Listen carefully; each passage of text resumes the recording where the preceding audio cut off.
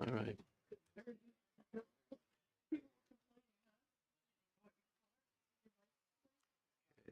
It is.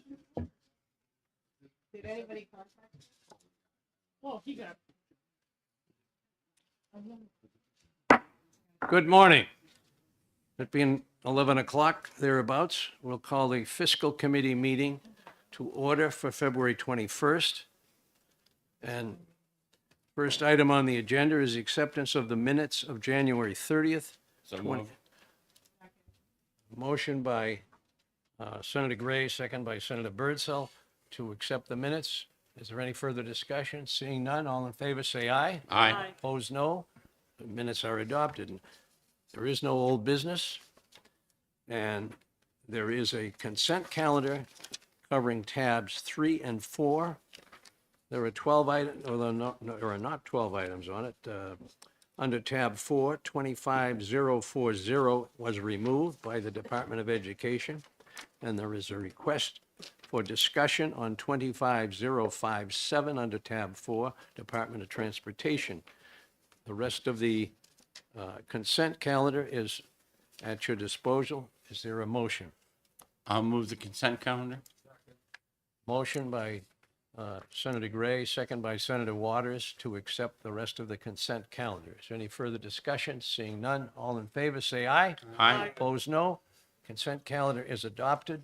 Mr. Chair, just a comment on 25057 is that part of that is IT that I want to talk about.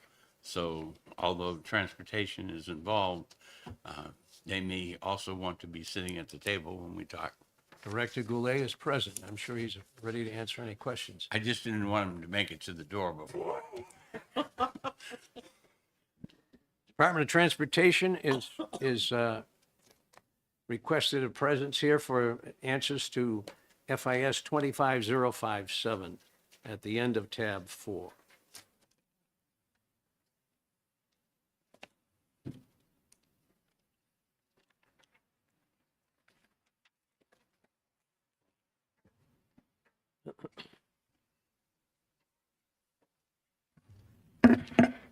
Good morning, Mr. Chair and members of the committee. For the record, my name's David Rodriguez, Assistant Commissioner and Chief Engineer for the Department of Transportation.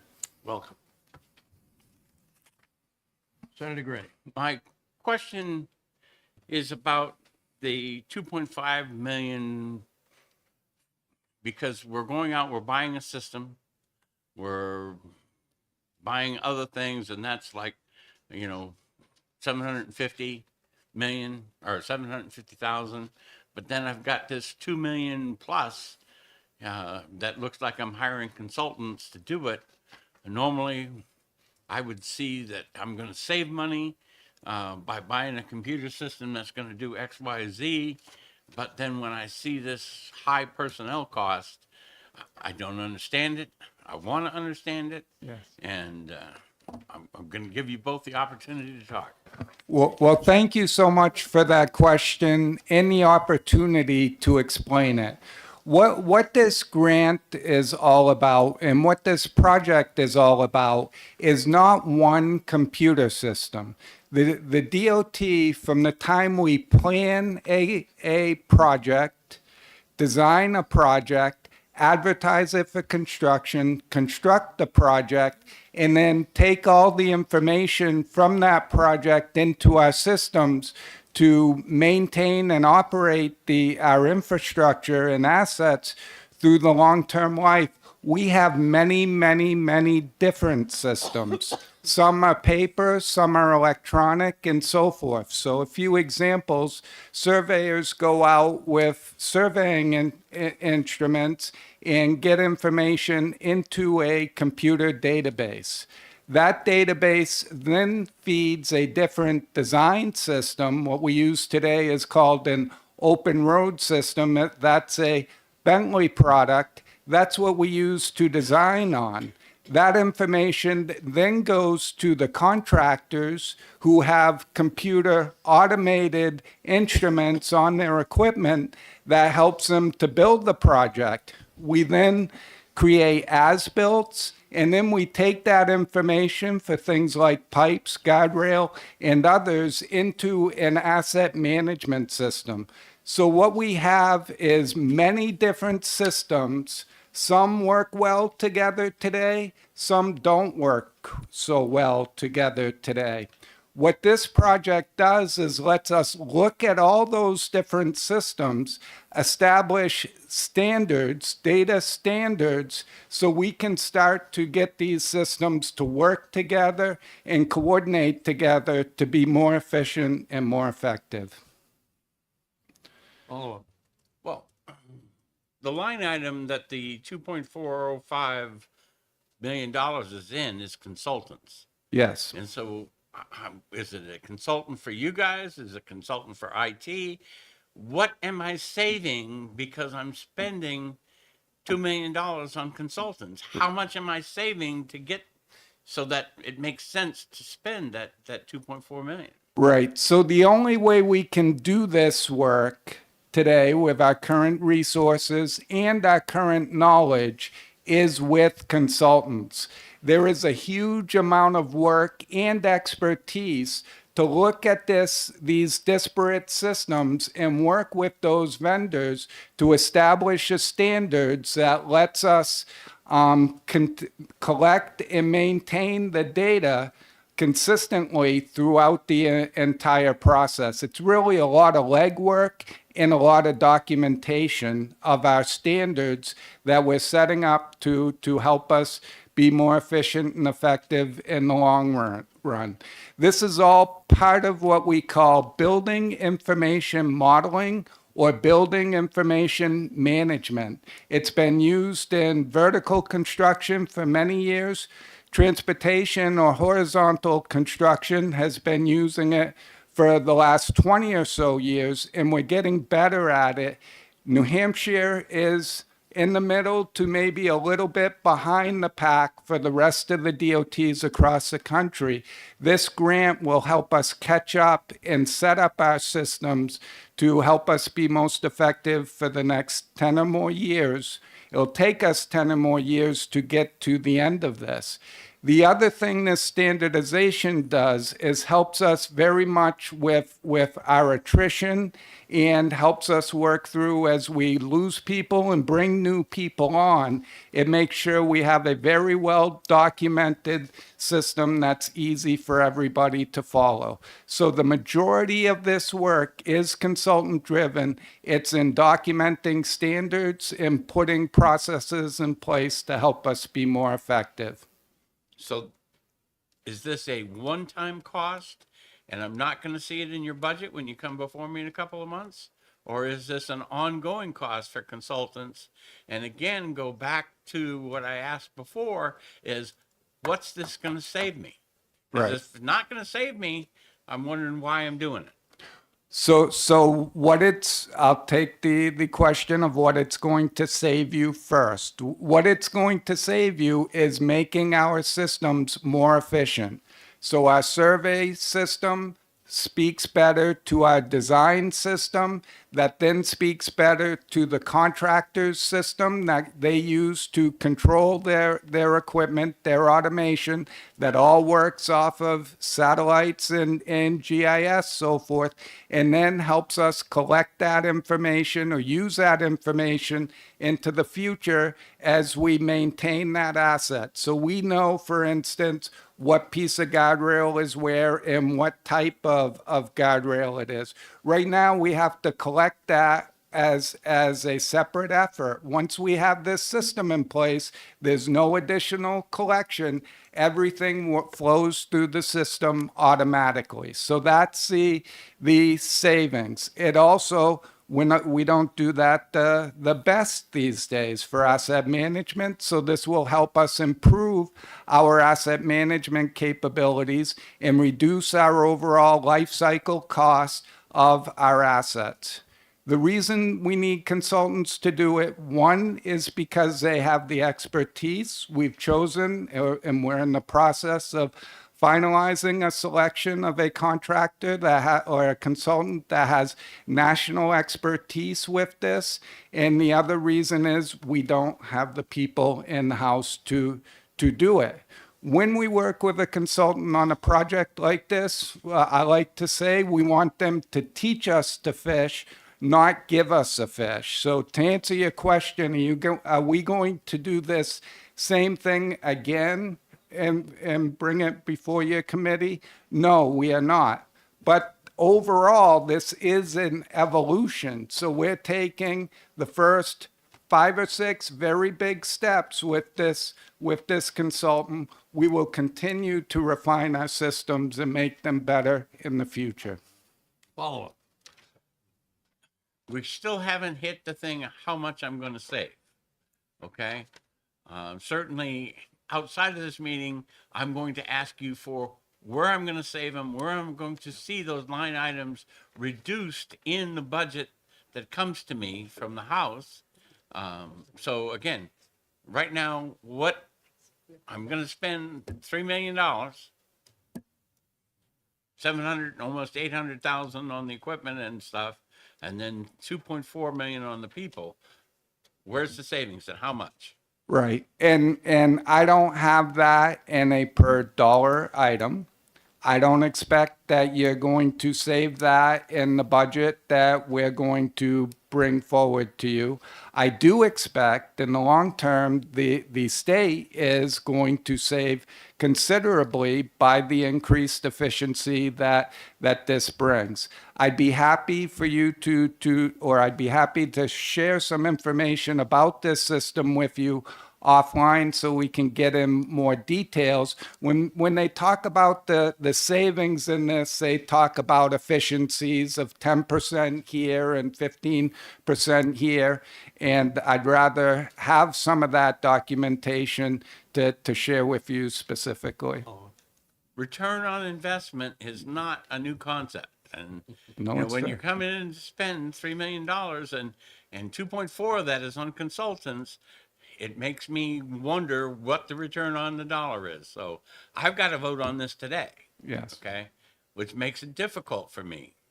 So I hear you, and I'm sorry to put you in the position of having to trust me that this helps us to make our operations significantly more efficient. And that's what I'm asking you to do. Representative Erf and then Senator Carson. Oh, you're all set? All right, Senator Carson for a question. Thank you, Mr. Chairman. Good morning. I have 2 questions. Is this project a high priority for you, for the department?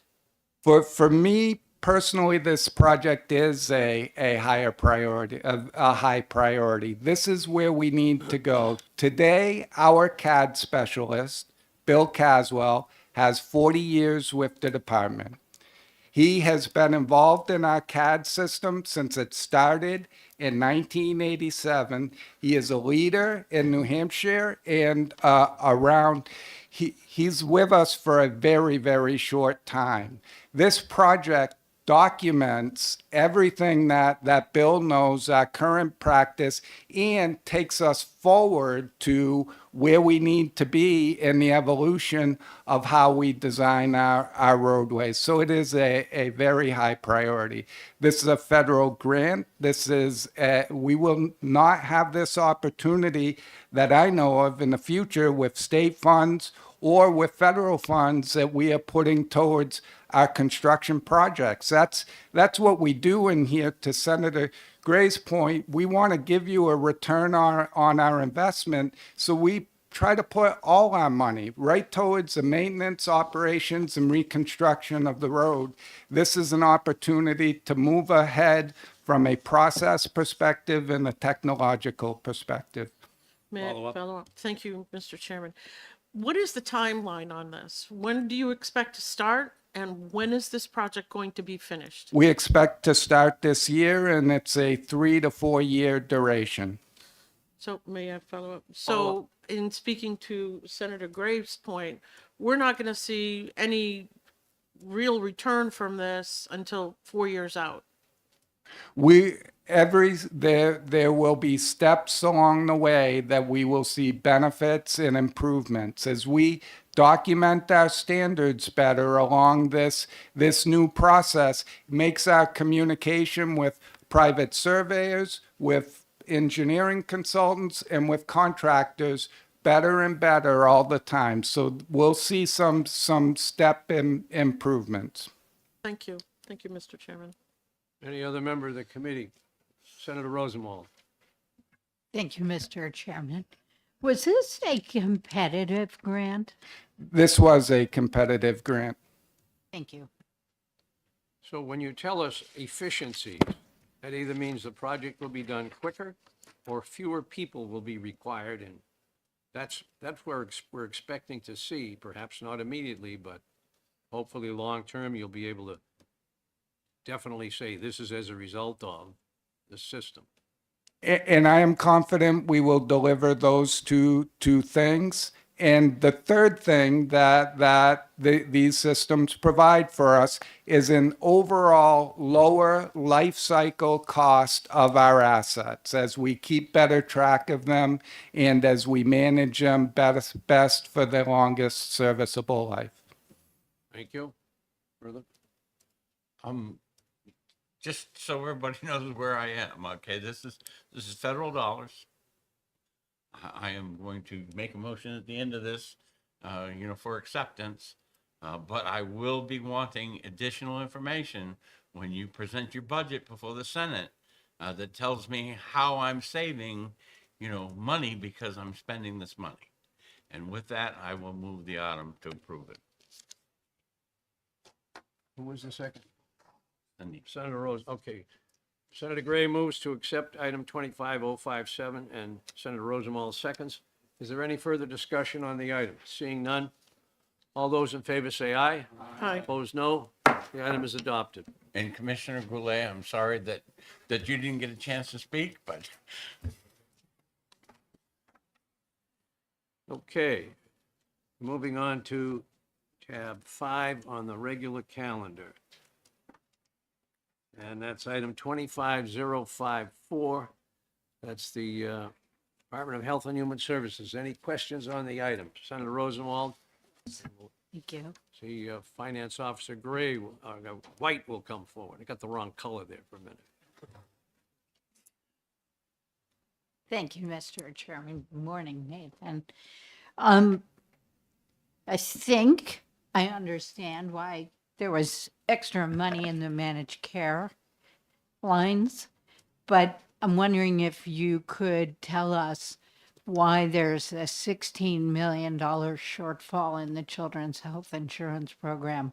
Is it more kids that didn't fall off the program, or is it sicker kids, or a combination? That just seems like a really big amount. Sure. Nathan White, Chief Financial Officer of the Department of Health and Human Services. I'm going to have Henry Littman talk about some of the trends that we've seen. I do want to point out, though, that in the past, for the last state fiscal year, we also had to make a similar transfer in this area to the CHIP program. So historically, the Children's Health Insurance Program, and for the record, by the way, Henry Littman, State Medicaid Director, we did not separately have a line item for Children's Health Insurance Program. It was mixed into the Medicaid managed care. We started to budget it separately so we could track it better. Then the pandemic kicked in, and enrollment with continuous enrollment affected because that happened after we budgeted for it. And so we've been between that and now that there's continuous coverage, the federal requirement that started January 1 of 24 to cover kids for 12 months continuously.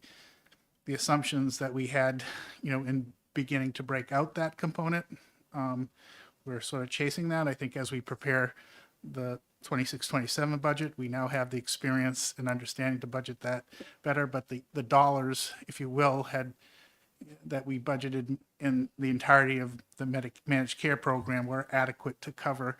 It's just distributing it between the lines. That's what's going on here, and we'll have a better, accurate distribution as we go forward. Follow up. Thank you. But aren't children all fee for service? No, children are, nearly all our children that are in the health insurance component, they're covered by managed care as well. And one more, if I could.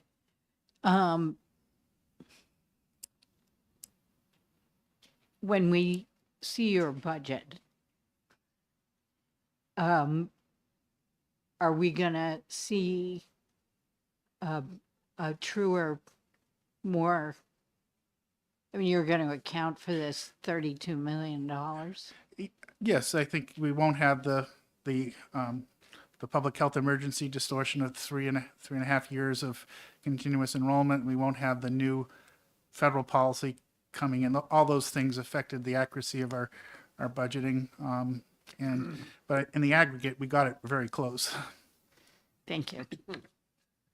Further from the committee members? Move the item. Senator Gray moves approval. Senator Birdsell seconds to adopt FIS 25054. Is there any further discussion? Seeing none, all in favor say aye. Aye. Opposed, no. The item is adopted. Moving on to tab 6. Looking at the 25047, fees for the parks. Mr. Chairman. Representative Leishman will have a question. Introduce yourself, please. Good morning, everyone. Jay Sworth, General Manager at Cannon Mountain Franconia Notch State Park. Thank you for coming. Thank you, Mr. Chairman, and thanks for taking my question. So in the letter that we received on January 31st, roughly, it talks about a slight adjustment and a moderate rate increase in off-season and costs. And I was a little puzzled. Maybe I've been looking at numbers too long in the last couple of days, but looking at your tier 1 and tier 2 and early bird, the top of the second page, I'm not quite following that. I see that the winter 24-25 is $7.99, and then it says early bird $7.99, off season $8.99, and then over to in season $999. Is that the increase? The $999 for off season or in season purchase? Or It's a little bit more complicated than that. First of all, on the menu that you're looking at two sets of prices for two different seasons. First of all, under the tab Winter 2024-25, and then with columns in Tier 1 and Tier 2, those are the prices for this current season's winter season passes. And you can see the date ranges at which those pass prices are in effect, and that's what essentially what we mean by tier. The proposal on this next winter season's passes is under the tab Winter 2025-2026. There's just some nomenclature change to the tiers. First of all, what I'm calling early bird is essentially the same as tier 1. And it'd be important to note that as part of the proposal, I'm proposing a price freeze when we go out to market for next season's winter passes. I want to keep all passes at exactly the same price.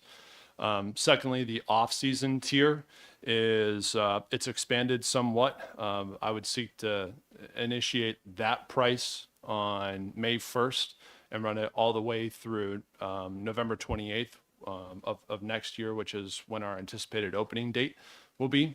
And then I think importantly is I have advocated and proposed to this committee the creation and delineation of a third tier for us called in-season. In-season passes are presently sold at Cannon Mountain for sure, and they essentially occupy what is presently our tier 2 rates.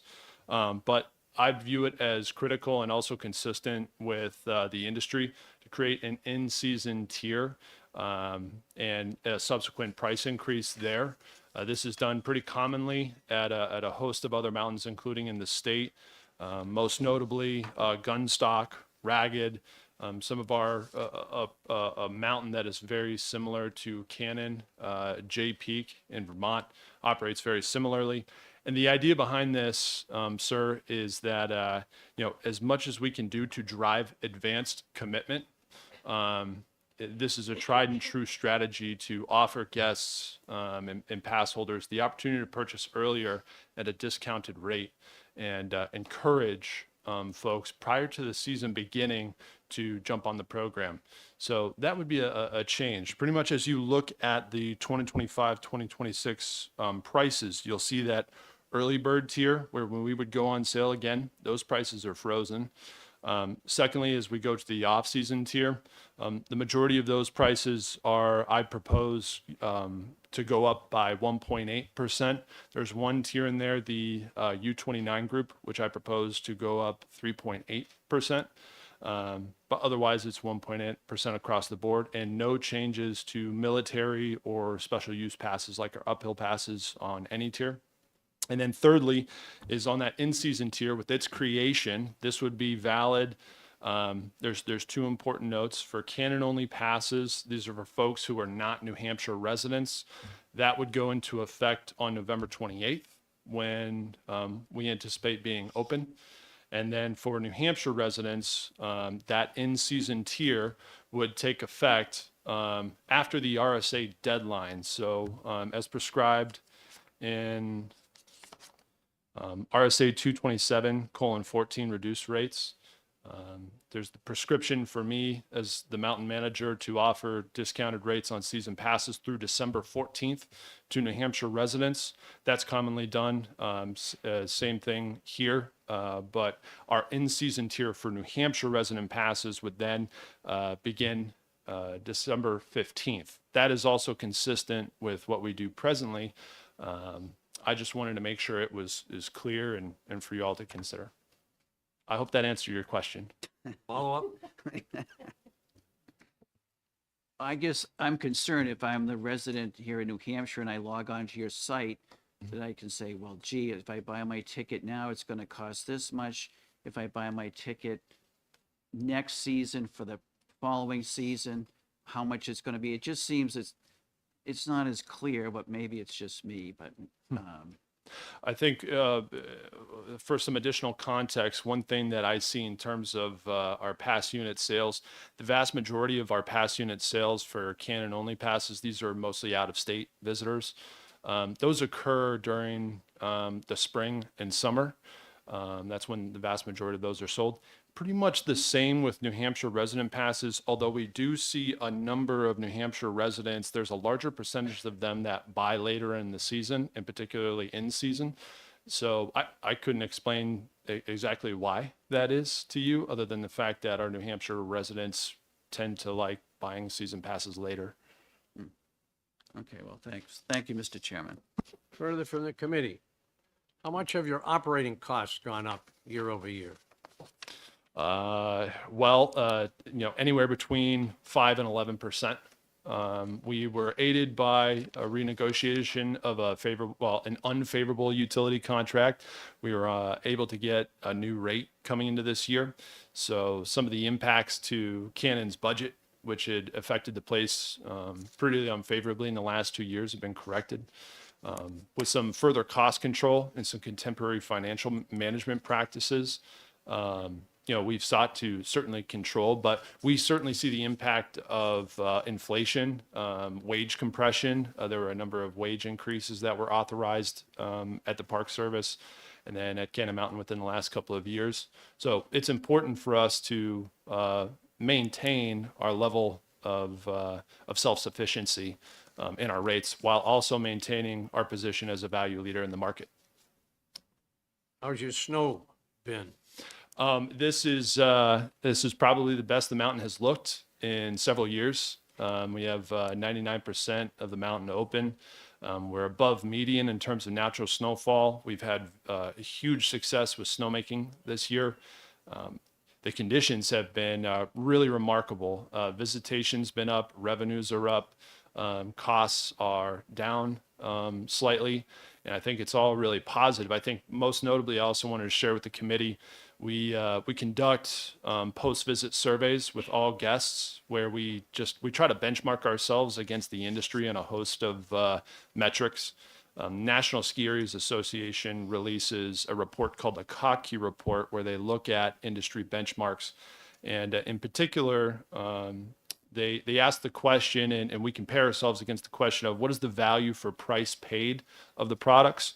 We ask that specific question of all of our product holders, from day tickets, beginner tickets, pass holders, et cetera.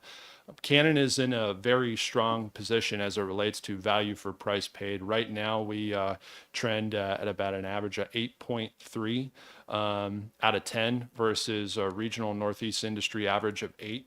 So folks who, especially pass holders, highly utilize the mountain. They view it as a good value, and we're trending above our industry peers. You're very thorough. Thank you. Move the item. Senator Gray moves adoption of the item. I think it was Senator Birdsell seconds. Further discussion?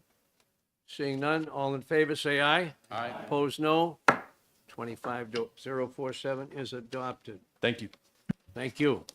Moving on to tab 7, item 25048, Department of Corrections. Is there any questions on this item? Second. Representative Leishman moves to adopt the item. Senator Gray seconds. Senator Waters has a question. Someone here from Corrections. Yes, she is.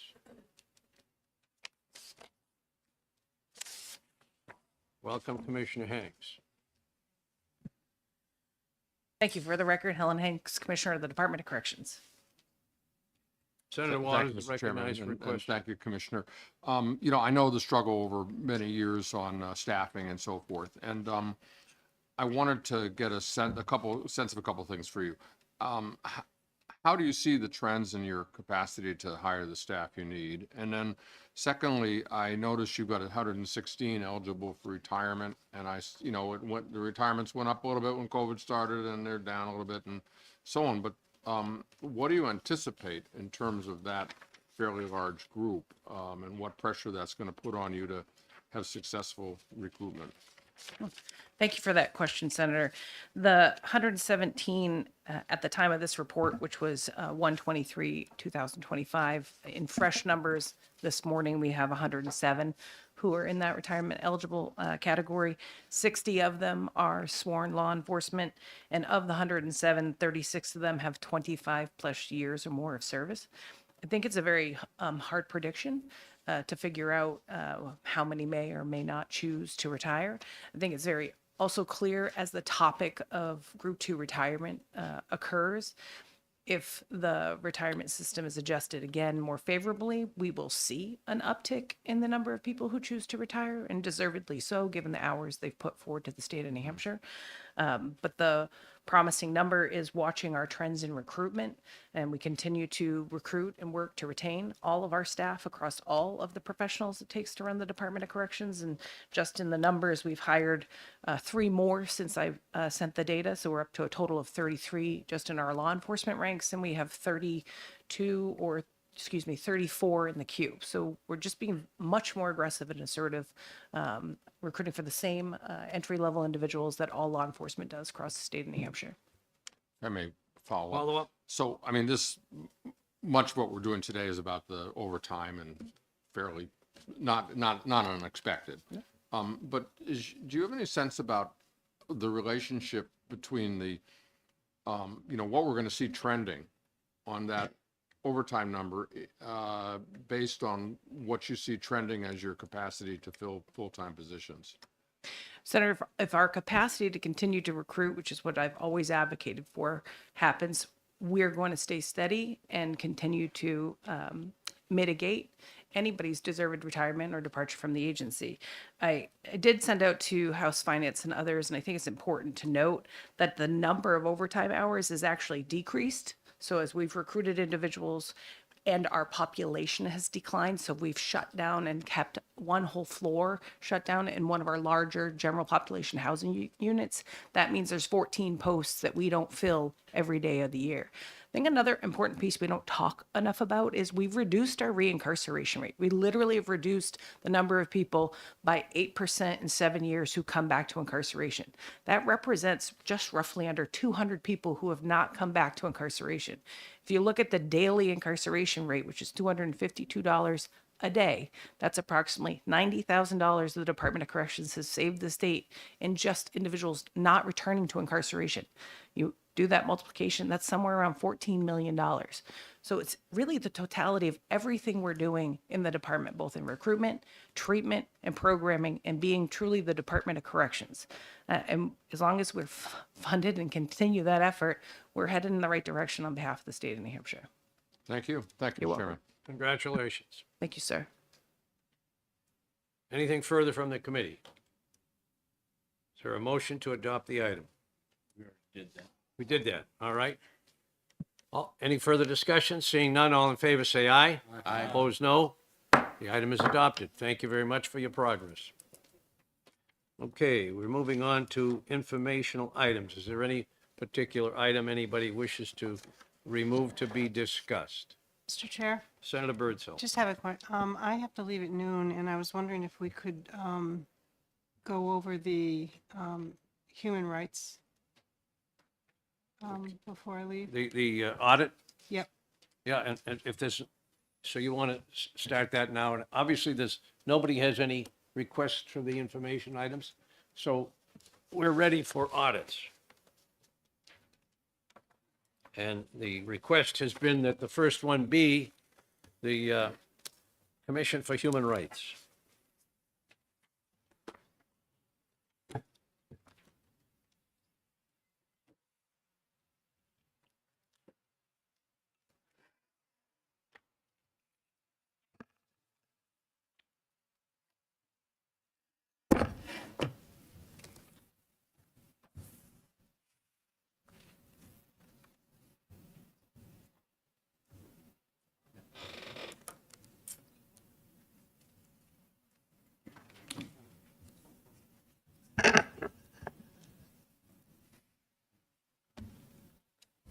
Good morning. Good morning. For the record, I'm Christine Young, Director of Audits for the LBA. And we are going to present our performance audit of the New Hampshire Commission for Human Rights. John Clinch from our office was the in-charge manager on this audit. He'll present the report. And joining us are Katrina Taylor.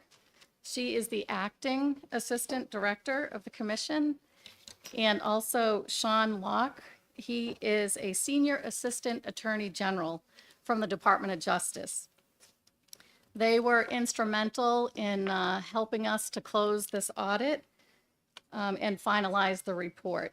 And they're here to represent the commission on behalf of a key employee who was out on leave during the audit. And with that, I'll turn it over to John for the presentation.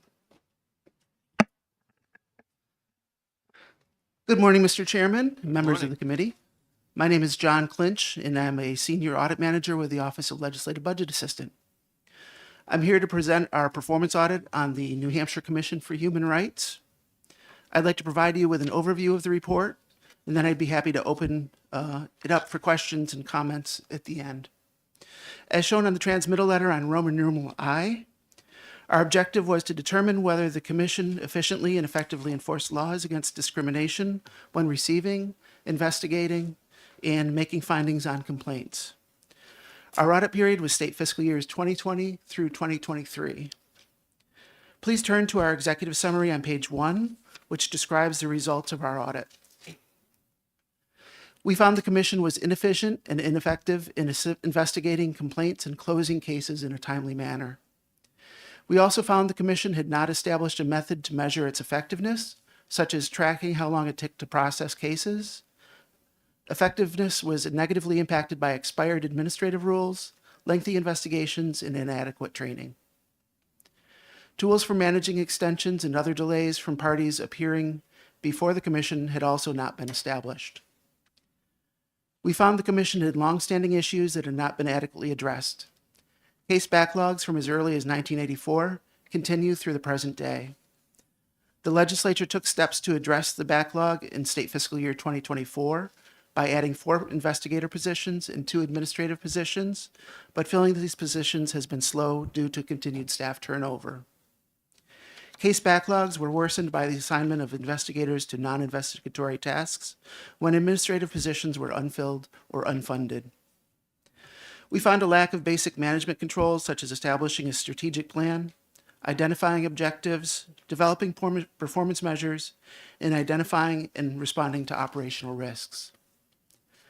We also found policies and procedures for investigators and commissioners were deficient. The manuals used to communicate policies and procedures were disorganized, contained typographical errors, and referenced outdated statutes, court rulings, and expired rules. The Commission did not have reliable program data on which to base its operational decisions.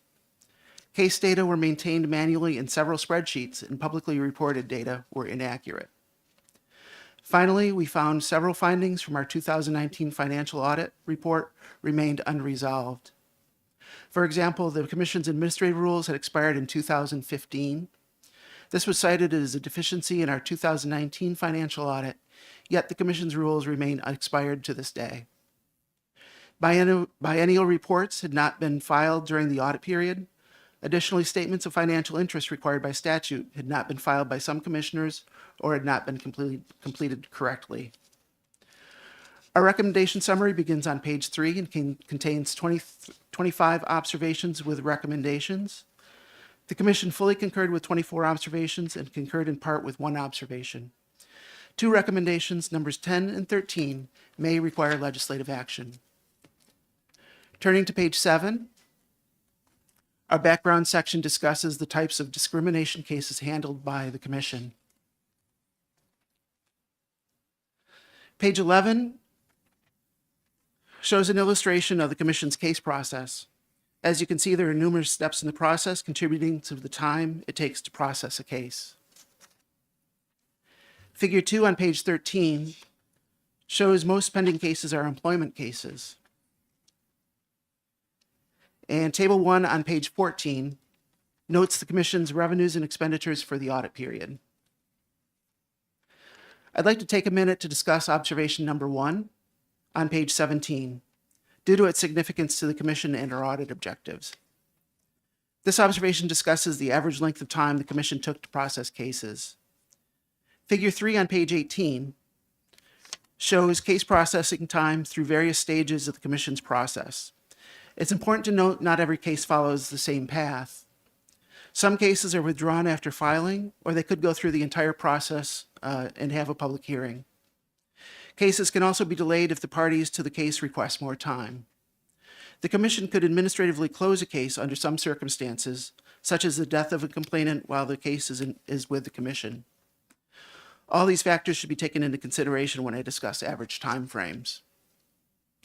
Figure 3 shows it took an average of 840 days or 2.3 years between case filing and case closure. Our figures were calculated based on 228 cases with data sufficient for analysis. Figure 3 also shows the time from case filing to investigator assignment for a subset of cases averaged 557 days, or 1.5 years. Following investigator assignment, a case could take 2 different paths, one of which is to proceed to a probable cause determination, which on average took 398 days after the investigator was assigned.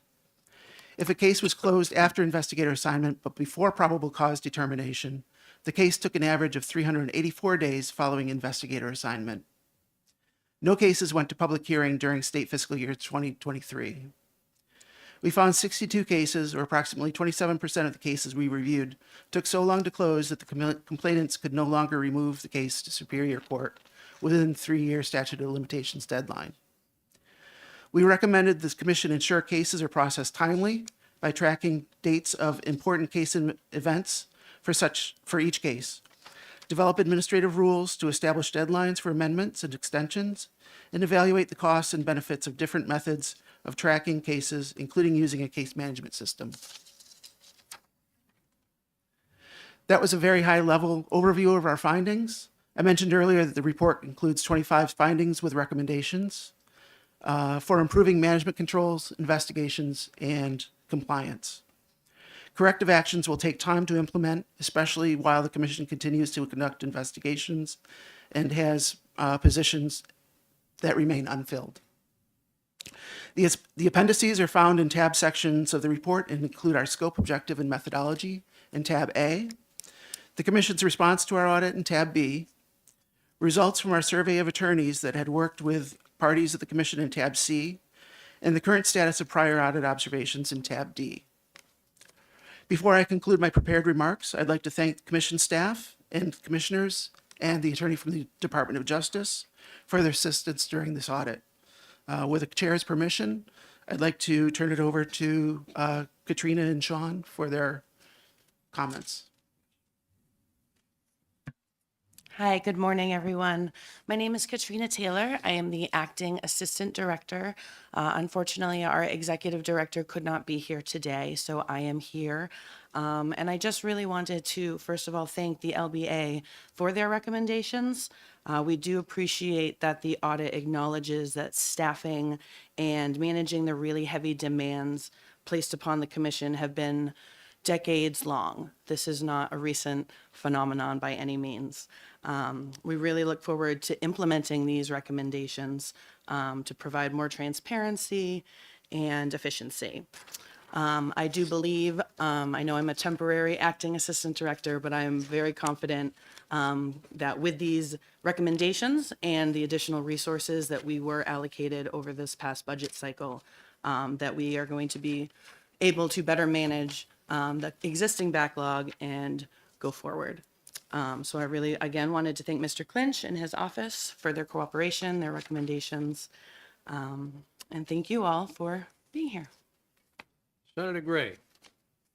Certainly of note, in Appendix D, there's 1, 2, 3, 4, 5, 6, 7, 8, 9 findings that go all the way back to 2019. And then there's 2 that predate that by over 10 years. And so what is the commitment to resolve those issues, get your rules issued, et cetera? Yeah, so unfortunately, I was not in a position of management. This is, again, I'm an acting assistant director. It's very temporary, very recent. So I cannot attest to that. In my position is where I'm at right now with the commissioners. I know that we are all committed to moving forward. Our priority right now especially is those administrative rules, and that's from my perspective. I don't know if Sean wanted to add anything. I would agree with that. That's been a priority for the past several years. There was a staff person tasked with updating and revising the rules. They departed the commission as that process was going forward, but the commission's working with OLS and getting ready for rules to be presented to Jail Car to put rules in place, and then there'll be follow-up amendments as kind of noted in the commission's responses to address some of the recommendations from the audit as well. Follow-up. I will want someone to contact my office on a good answer to this question. So please have that happen. Absolutely. Senator Birdsell, did you have questions? Okay, Senator Leishman and then Senator Waters. Representative Leishman and then Senator Waters. Thanks for the promotion, Mr. Chairman. So I don't know where to begin. I feel sympathetic to the acting director, but I read one of the comments from one of the attorneys back in section, C5, that it's been going on for 20 years, that the service has been terrible. I think he used the word terrible, or she doesn't. And I guess it begs the question, because this has been a historic problem, and your agency is asking for at least $3 million in general funds in this coming session. Does it make sense to continue? Because again, things need to move forward. It takes time for rules. You've got a backlog, I think it was like 259 cases. I'm just concerned that the request has been made for additional funding, yet apparently this issue of cases being handled in a timely manner and a number of other things that the audit folks found has been long-term. I'm just curious of your response, or maybe a better question for the gentleman from the Attorney General's office. So I can speak, again, briefly. I can't speak for what has happened in the past. I have been an employee there for 11 and a half years, but I've never been in management. When I started, our backlog was about 175 cases. So again, this is a long existing issue. I have no information right now in regards to the budget. I was not the one who put that together. So I am going to be working with the DOJ in their business office to answer those questions better in the next week or so.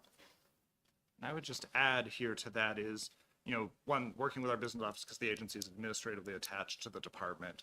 But also, some of this, shortly after or before Katrina had started with the commission, the agency this would go back to about 2012, its staffing cut by a third. And it remained in that status despite requesting additional resources for almost a decade. It wasn't until about 2020 that they received additional resources. And during that time, that's when we see addition with staff turnover. If you have 3 investigators and 1 investigator leaves, you've lost a third of your capacity to manage the cases that are coming in. The cases that have been coming in haven't decreased over time. I've looked at legislative histories in different contexts going back to the 90s, where comments were made, about staffing at the commission in the backlog cases that hostile work environment claims, disability discrimination claims, these are new laws and they'd be temporary blips in the increase of cases the commission would receive. That hasn't borne out over time.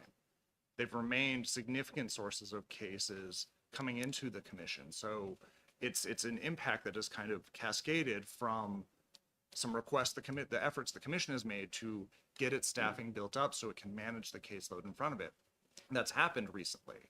And so that's why the commission is optimistic that with these rules and these amendments and some of these proposals and recommendations were collaborations between the LBA auditors and the commission and recommending time limits, firm time limits that can be incorporated into the rules, limitations on amendments to cases, because we looked through the commission cases that had been pending for an extended period of time and found, there'd be a case that was ready to go to a probable cause or no probable cause determination, and the complainant would amend the charge to add a retaliation claim.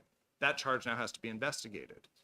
One of the recommendations would be that there's a limit on when that can occur, when an amendment can be made as a matter of right, or when a person would have to file a new charge of discrimination instead of amending and starting the process over, which extends the time that it takes for a case to process. Other examples of issues that have arisen that have kind of caused some cases to languish longer than others, parties asking for additional time. It's a recurring issue. It was a recurring issue where I'm going on vacation, I'm going to be out of the office, I need an additional month to do something, 2 months to do something. Those add up over time. And that leads to, again, or attorneys changing hands, the business that's being investigated is, their attorney leaves, they get a new attorney. I need 6 months to get up to speed on this. It leads to those increases in time. So it's not necessarily solely something within the commission's control. It's also the parties appearing before it. But rules and more transparent rules about those processes would help facilitate and kind of prevent some of that, maybe, for lack of a better word, abuse of kind of their procedures that have existed in the past. Further question, Mr. Chairman. Further? Thank you. I guess I'm concerned because I sat as the division chair that received the request last session for additional help. We were told that I think if we had 4 more investigators added, that there'd be a tick down, if you will, a number of cases. We answered the request. Not many people received additional staff in the last budget. We provided that, and yet, again, the caseloads have gone up. I understand maybe you haven't been able to fill, but it's still very concerning to me, and I'm sure the rest of the members up here, that when people go to the Human Rights Commission, it takes years to get a response or a decision, and we're just not meeting the needs of the people of our state. And again, my concern about, again, the amount of money that's been spent, and we seem to be going backwards. Thank you, Mr. Chairman. Thanks for taking my question. Senator Waters and then Senator Carson. Thank you, Mr. Chairman, and thank you all. And acting assistant director, I appreciate your situation. So I guess, Mr. Chairman, what I would wonder is that if we could have some follow-up information onto a precise schedule for the preparation and submission to rules to JAILCAR. That I think we need to know. It's rather vague in here. I think we need to know how you're going to accomplish that. Secondly, I think this will probably come out through House Finance, but it would be good to know how the money has been applied from that increase from the last budget. Just, what has resulted and who is hired and how have the duties been separated out as they should be between the people working on cases and the administrative tasks. But thirdly, Mr. Chairman, I think on this one, we need to have a mechanism here in this committee to follow up. And I don't know what schedule you'd want to put, whether it be, once a month or every couple of months that they come in. We have to work through this, because I'm not confident there's the capacity for the commission to implement the recommendations. And I think that's why we're just going to have to monitor, because this situation can't continue. Thank you, Mr. Chairman. Senator Carson. Thank you. Excuse me. Thank you, Mr. Chairman. My question is for Attorney Locke. In going through these, it seems like part of the problem is the large number of pro se litigants. They're really ignorant of the legal process, and they don't understand everything that's going through. And I think back to what the legislature did a few years ago by allowing paralegals to work under the direction of an attorney to work with pro se litigants in family court. Do you think that that is something that would help this process going forward? I think representation could help in those capacities.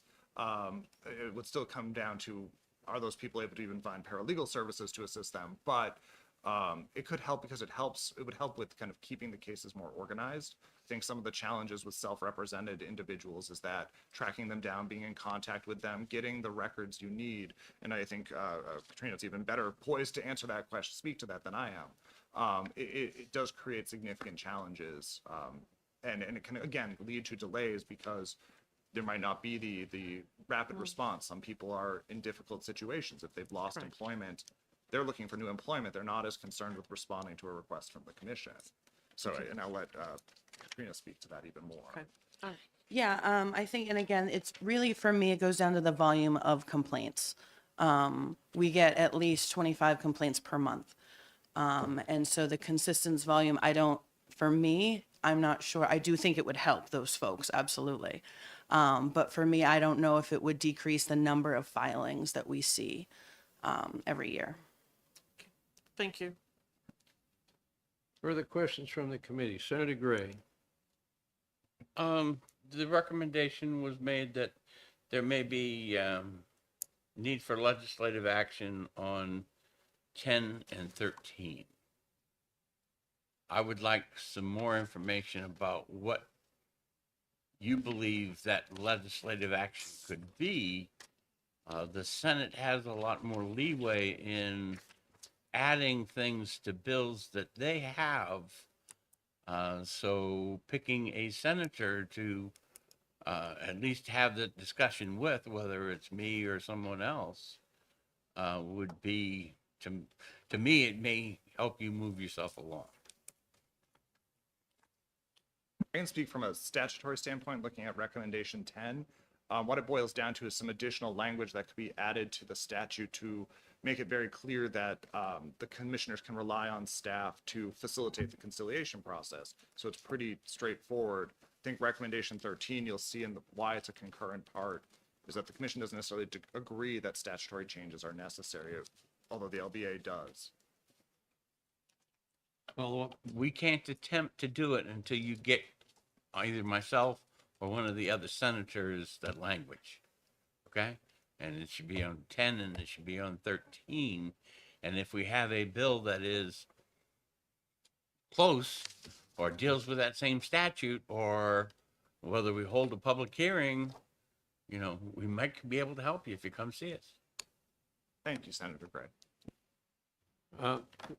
I value very much the audits that come from the audit division, and where since we are the first legislative group to see them, when they suggest that legislative fixes are involved, I will file that legislation. We have the opportunity to put it in HB2, but I need to get the suggestion within 3 weeks. Sure, thank you so much. We'd also be anxious to learn by the next meeting your progress on the adoption of your rules. Sure. So we'd like to see those either by next meeting or the one succeeding if you're not finished by then. But I always take the appreciation of the work done by audit division, and I always file the legislation when I see any that's needed. So we need to get that input from you. Unfortunately, we have an opportunity to put it in HB2. So we'll look forward to getting those soon. Further from the committee, Representative Wallner. I just wanted to make a statement that the House Judiciary Committee should probably be involved Good point. in looking at this audit and monitoring it. We will make sure that they have copies. Thank you. Representative Griffin. Thank you. I'm really concerned that a person who petitions the board is going to be really depressed about the amount of time it takes to react to their petition. And it seems to me that the old adage that justice delayed is justice denied really comes into play when the time period from the initial filing to the case being determined and closed is as long as it is. And it's got to be discouraging to a petitioner who goes there. I know from my own experience, I've had constituents call me up and complain about the time period. And somehow we've got to figure out how to shorten that period, because otherwise the whole existence of the commission is called into question. Further from the committee. So our new procedure says that we have, at the time that these are released, the LBA releases it. So the normal motion is to accept the report, place it on file, and release in the usual manner. That has already been done. So that has been accomplished. So you've been instructed as to what we expect to get back pretty soon from this audit. And I appreciate the thoroughness of the audit division as usual. Anything else on this audit? We have more to go. Thank you.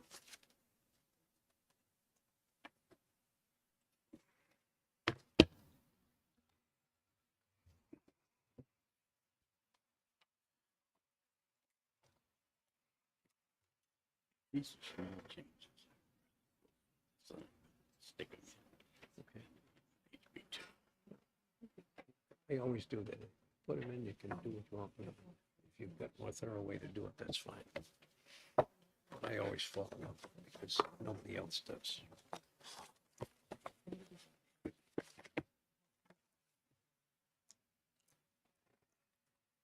Good morning. Madam Treasurer, welcome.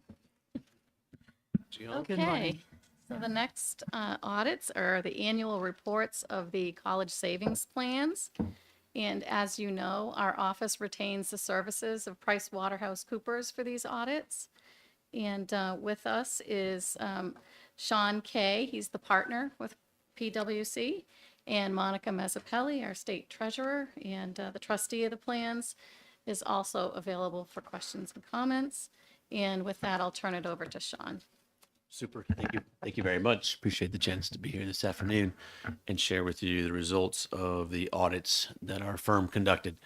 What's in scope is the unique college investing plan and the Fidelity Advisor 529 plan. Both are under annual examination as of September 30th. I have, by the way, sorry, my name is Sean Kay, and I am a partner with PricewaterhouseCoopers. Been with the firm for 26 years, but this is my first year presenting on behalf of our firm. We have 3 documents in front of us. Which one will you start with? Frankly, the one that you have in your hand there is just fine. Those materials are for your reference. There's one page that I'll speak to in a moment, and that'll help direct our comments. So as I said, the fiscal year end of these structures are September 30th. In November of 2024, we presented the state of New Hampshire in the Treasurer's Office with our audit results, and those audit results have been positive. And then on December 12th and December 19th, I issued clean, unqualified opinions on the results of both of those structures. So if I could direct your attention to page 5, that'll be a good page that we can utilize to speak from. The title of that page is The Status of Our Audits. And I just wanted to focus on our discussion today. So I did issue unqualified opinions, meaning clean opinions on the results for each of the structures. And those were issued on, again, December 12th and December 19th.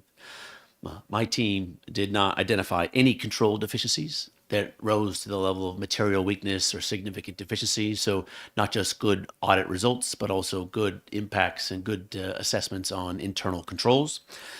We received the full cooperation of all the service providers that we came into contact with. That includes the individuals at Fidelity and also the folks at the state of New Hampshire.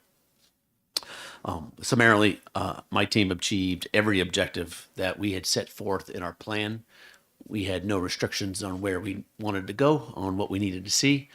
As it related to some very specific audit objectives, we independently confirmed the existence of 100% of the assets.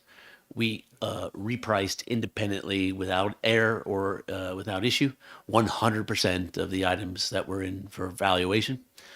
And as it relates to the P&L, items, income into the funds, and expenses that went out of the funds, we observed no material differences in any of our audit results. So very, very clean audit results as customary with these structures.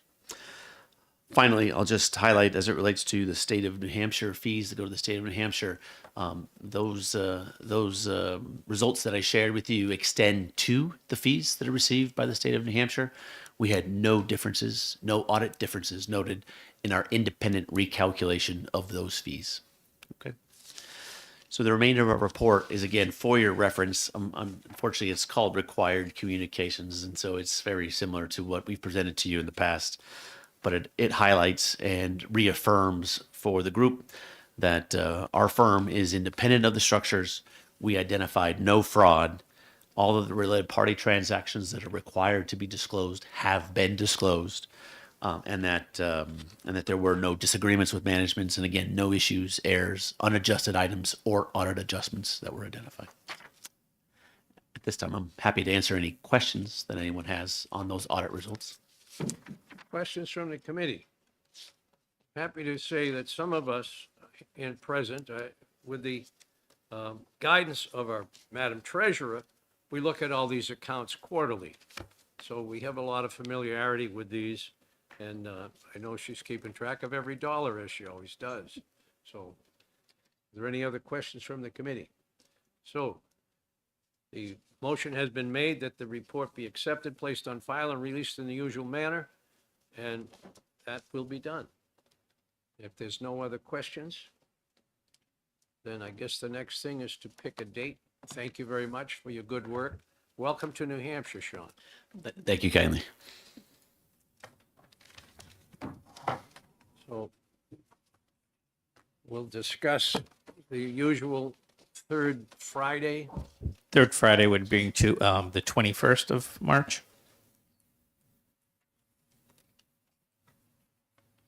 So let's take a look at our schedules and see if anybody has any restrictions or any request for any particular starting time.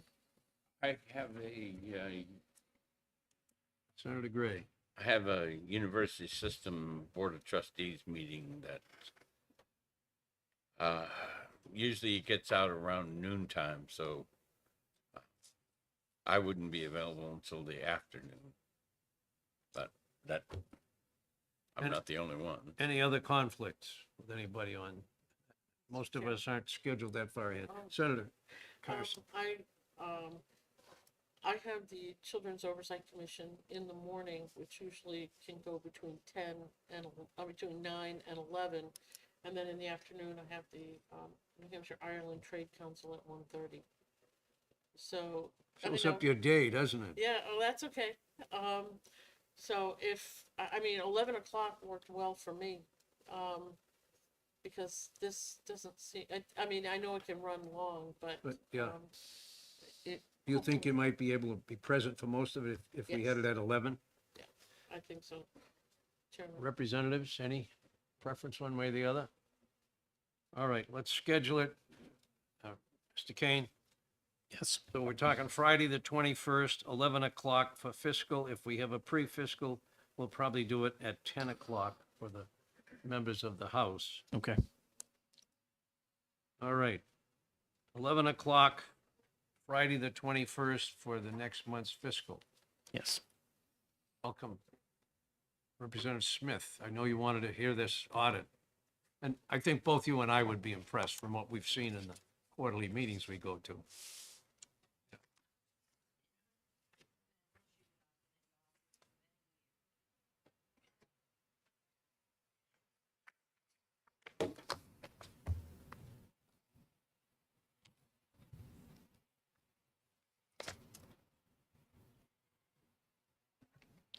Mr. Chair,